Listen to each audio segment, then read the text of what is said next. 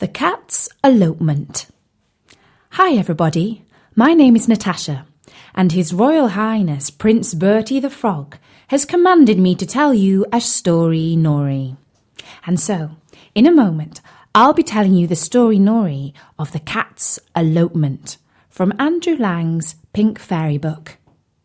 But first, here's a piece of gossip I just picked up about Bertie.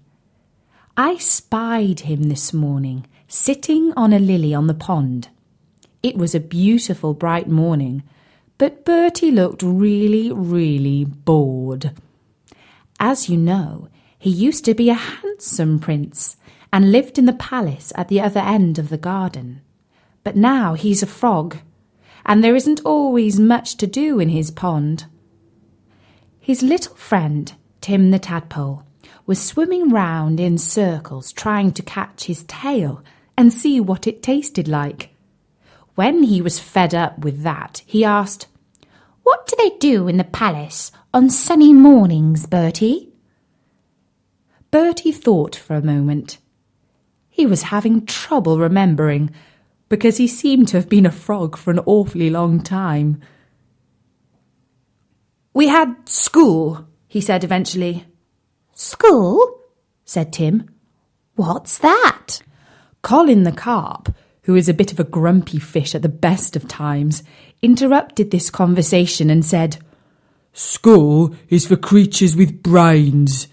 It wouldn't interest you, little Tim, because your brain isn't even the size of a pea." Now Sadie the Swan, who always looks after little Tim's best interests, told Colin the Carp to hush. She added, "It's very bad to hurt creatures' feelings." She looked towards Bertie and said, "Tell us something you learned, Bertie. I'm sure you were very clever, as well as terribly distinguished looking when you were a prince." Bertie thought for a moment. He wasn't quite sure what he had learned in school. There must have been something, because the teacher said an awful lot. But actually, it was quite hard to remember. "Go on, go," said Tim excitedly. "We'd all really like to learn something." At length, Bertie said, "I learned that the world is an awfully big place. Much bigger than this little pond. But do you know what, little Tim? Wherever you go, people and creatures have one thing in common. They all love to listen to stories, and when they are listening to a good tale, they are never bored." And so, now you know why Bertie has commanded me to tell you his story, which has come all the way to Bertie's pond from Japan. It's called The Cat's Elopement. Now, elopement is a big word, so if you don't know what it means, I had better explain. It's when a girl and boy fall in love with each other and run away together. Well, this story is about a boy cat and a girl cat. And can you guess what happens? You can't? Well, listen quietly and you will find out.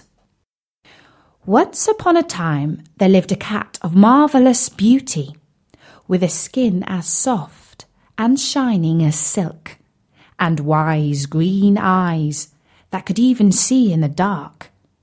His name was Gon, and he belonged to a music teacher who was so fond and proud of him that he would not have parted with him for anything in the world. Now, not far from the music master's house, there lived a lady who owned a most beautiful little pussy cat called Koma.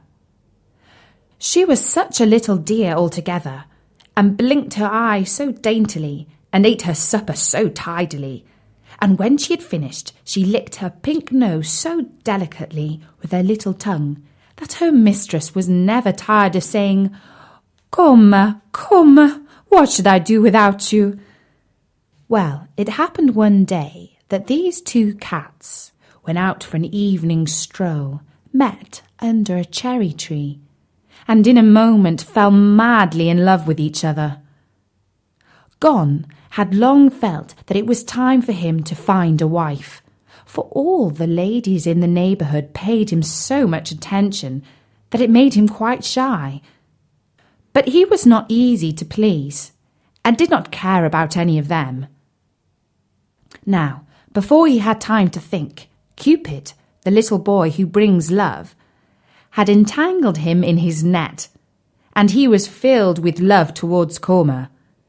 She fully returned his passion, but she saw the difficulties in the way, and consulted sadly with Gon as to the means of overcoming them. Gon asked his master to set matters right by buying Koma, but her mistress would not part from her. Then the music master was asked to sell Gon to the lady, but he refused to listen to any such suggestion, so everything remained as before. At length, the love of the couple grew so strong that they determined to please themselves and to seek their fortunes together. So one moonlight night they stole away and ventured out into an unknown world together.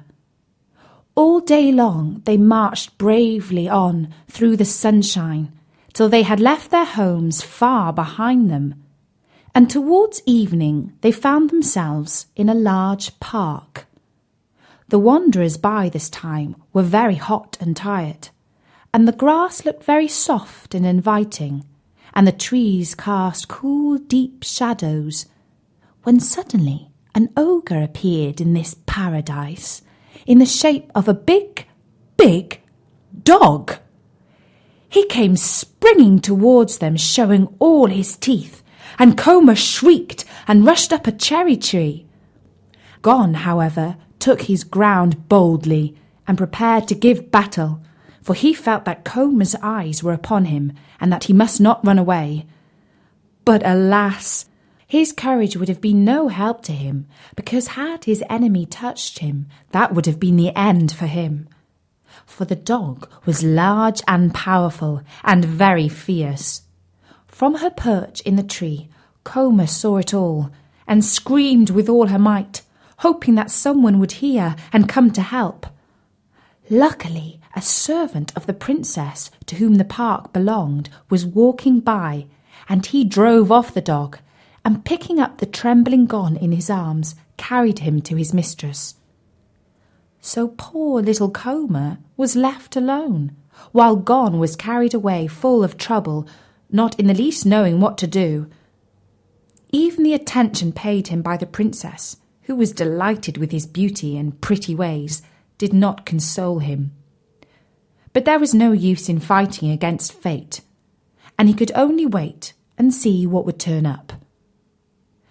The princess, Gon's new mistress, was so kind that everybody loved her, and she would have led a happy life had it not been for a serpent who had fallen in love with her and was constantly annoying her by his presence. Her servants had orders to drive him away as often as he appeared, but as they were careless and the serpent very sly, it sometimes happened that he was able to slip past them and to frighten the princess by appearing before her. One day she was seated in her room playing on her favourite musical instrument, when she felt something gliding up her sash, and saw her enemy making his way to kiss her cheek. She shrieked and threw herself backwards, and Gon, who had been curled up on a stool at her feet, understood her terror, and with one bound seized the snake by his neck. He gave him one bite and one shake, and flung him on the ground, where he lay, never to worry the princess any more. Then she took Gon in her arms, and praised and caressed him, and saw that he had the nicest bits to eat, and the softest mats to lie on, and he would have had nothing in the world to wish for, if only he could have seen Koma again. Time passed on, and one morning Gon lay before the house door, basking in the sun. He looked lazily as the world stretched out before him, and saw in the distance a big ruffian of a cat teasing and ill-treating a quiet little one.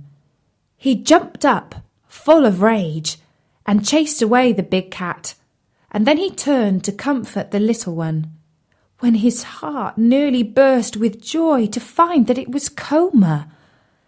At first Koma did not know him again. He had grown so large and stately.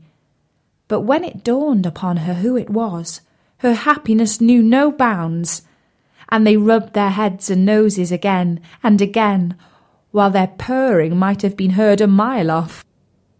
Paw in paw, they appeared before the princess, and told her the story of their life and its sorrows. The princess wept for sympathy, and promised that they should never more be parted, but should live with her to the end of their days. By and by, the princess herself got married, and brought a prince to dwell in the palace in the park. And she told him all about her 2 cats, and how brave Gon had been, and how he had delivered her from the enemy, the serpent. And when the prince heard, he swore they should never leave them, but should go with the princess wherever she went. So it all fell out as the princess wished, and Gon and Koma had many children, and so had the princess, and they all played together and were friends to the end of their lives. And that was the story of the cat's elopement. Colin the carp thinks it was a bit soppy, but I like soppy stories sometimes, don't you? Well, Bertie has lots of adventurous stories too, so don't forget to drop by at storynori.com and look through the archives for more Story Nories, and tell all your friends to visit too. I'll be back soon. Until then, from me, Natasha, bye-bye.